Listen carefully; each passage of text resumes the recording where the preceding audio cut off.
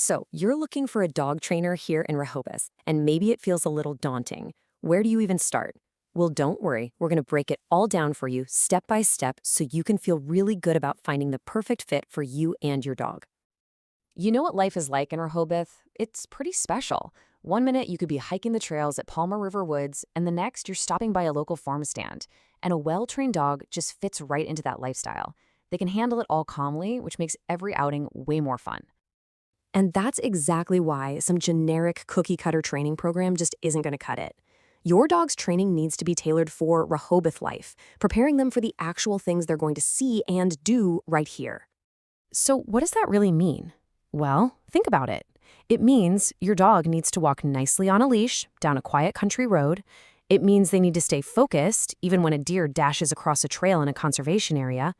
And it means they have to be polite around other people at the market. A really great trainer gets this. They train for your actual life. Okay, knowing all that, how do you actually start choosing someone? Well, the first step is to look at two big things: their training philosophy and their professional qualifications. You're going to hear this term a lot: positive reinforcement. And for good reason. It's all about rewarding your dog for doing the right thing, using stuff they love, like treats or praise. This isn't about a quick fix. It's about building a real, trusting relationship with your dog. And that's what makes the good behavior stick. And this is a big one. You want to stay away from any trainer who relies on fear, intimidation, or pain. That's a major red flag. Honestly, humane methods are safer for your dog, they're way easier for you to stick with, and they just lead to a much happier dog overall.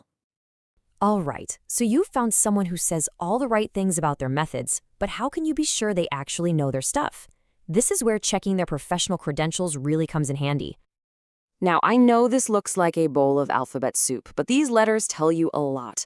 Something like a CPDT-KA is great for general manners and obedience.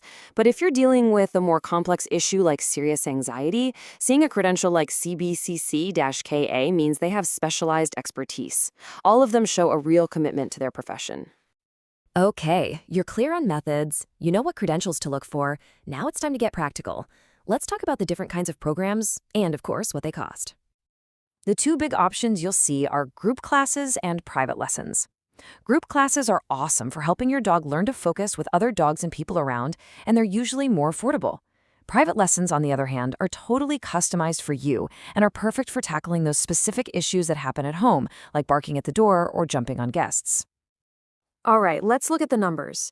This chart gives you a really solid idea of what training costs on average in the Rehoboth area. So a group class for a few weeks might run you a couple $100, while one private session is probably going to be over $100.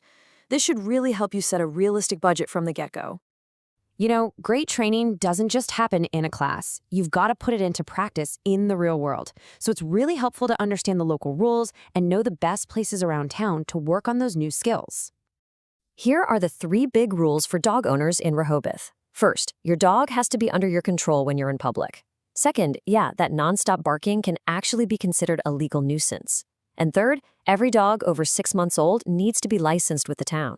Pretty straightforward. And getting that license is easy peasy. Step 1, just make sure your dog's rabies shot is up to date. Step 2, get in touch with the town clerk's office. Step 3, show them the proof of vaccination, and boom, you're all set for the year. Now for the fun part, taking all that training and putting it to use.